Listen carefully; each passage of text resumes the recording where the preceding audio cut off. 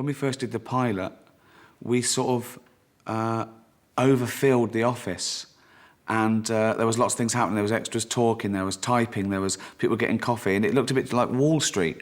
And so we had to strip that out. We had to have people clock watching and wasting their lives to get home quicker.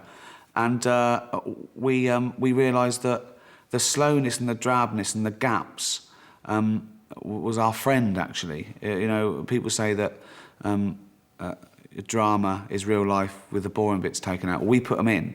I think American shows are somewhat... you can get distracted by, you know, this sort of fast movement of them. This is, oh, you know, man, that joke didn't work so great, but now we're on to this. And the challenge and what the Office did so great was filling those moments with great writing. A lot of people say to me that the first time they saw it, they weren't sure if it was real or if it was acted. Which is, of course, the intention. That's what was supposed to happen. But yeah, I think we were the first to actually have that level of realism in a situation comedy. One thing which I find interesting is that when you go back and re-watch The Office, the fact that it's in the documentary style comes as a surprise, which I think is one of the tributes to how well the plots and the stories and the characters worked out. That when you think back on it, you think, you know, there were all the characters in The Office, these were their relationships, this is how it worked out, this was Dawn, this was Tim, this was Gareth. And then you go back and you watch and you think, oh, God, and it was in that documentary style all the time. So I think that it just shows the extent to which, in the end, it sort of superseded its own form.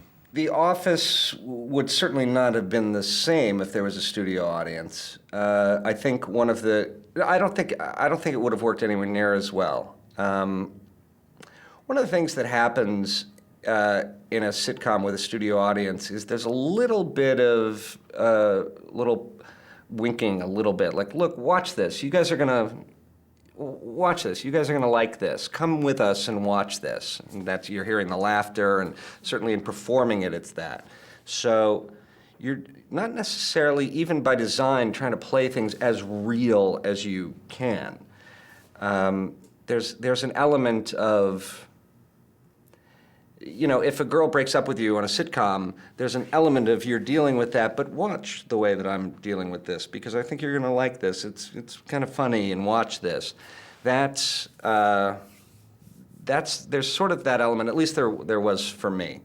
And with documentary style and no audience, you can play things for real, and for real. I think we cheated less than real documentaries.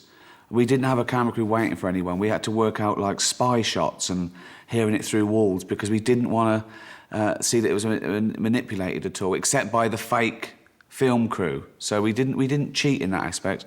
And the other thing is that we had to keep reminding people this was meant to be a documentary, to excuse the people's behaviour. Because if it wasn't a fake documentary, it'd be quite a boring sitcom where nothing happens. Whereas as soon as you realise that everyone is showing off, David Brent wants to be famous, Tim is alienated, you know, it comes to life. What the documentary gives you most in The Office, I mean, critics are very keen on it because it's like very subtle, and that means you don't have a studio audience and stuff like that. But much more importantly than that, what the documentary gives you is characters being aware all the time that they're being watched. So that allows every character to behave slightly self-consciously and slightly awkwardly. It had two sides to it. On one hand, people would say, well, a character can't really fully be themselves, so how would you get to know a character's real character? Because the camera is on them, they know the camera is on them, so they're not gonna be themselves. Personally, I think it shows much more who a person is as by how they decide to act in front of a camera, if that makes sense.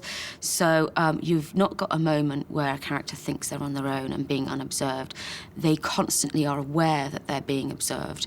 It seemed to me to be perfectly right that as this character, Tim, was the most sort of self-knowing character in The Office, along with Dawn, that he would be delighted and appalled, you know, in equal measure when David Brent or Gareth or any of the madness was happening, when they were doing their stuff. It wasn't lost on him that there was a camera crew and there, a load of strangers. I'm seeing it, they're seeing it. I'm not going to lie about it. I'm going to let you in and, you know, kind of basically with eyes that say, are you seeing this the way I'm seeing it, you know? Which is a kind of nick of, you know,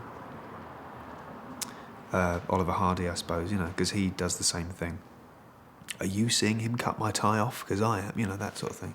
We are never quite ourselves. We're always trying to present an image of ourselves that we think will make people like us more or make us more impressive. And David Brent is that personified. Ricky was just very good at kind of being able to sort of improvise as David Brent, as though we were being interviewed by one of those camera crews. And so suddenly there's a disparity between how he wants to present himself to the world and how he really is. And that whole documentary style then dictated, obviously, of everything else in the show, really. I think the thing about The Office is its place in the history of British comedy is slightly confusing or confused by its format, in that it's absolutely one of these great documentary comedies. There are a few of them, and it's the finest of them. So the first time you watched it, that was the great shock that it actually brought, you know, reality TV into comedy. I actually think that in the end, it's just an all-round extraordinary piece of work about a bunch of characters who you get to know and love extremely well and to whom extraordinary things happen.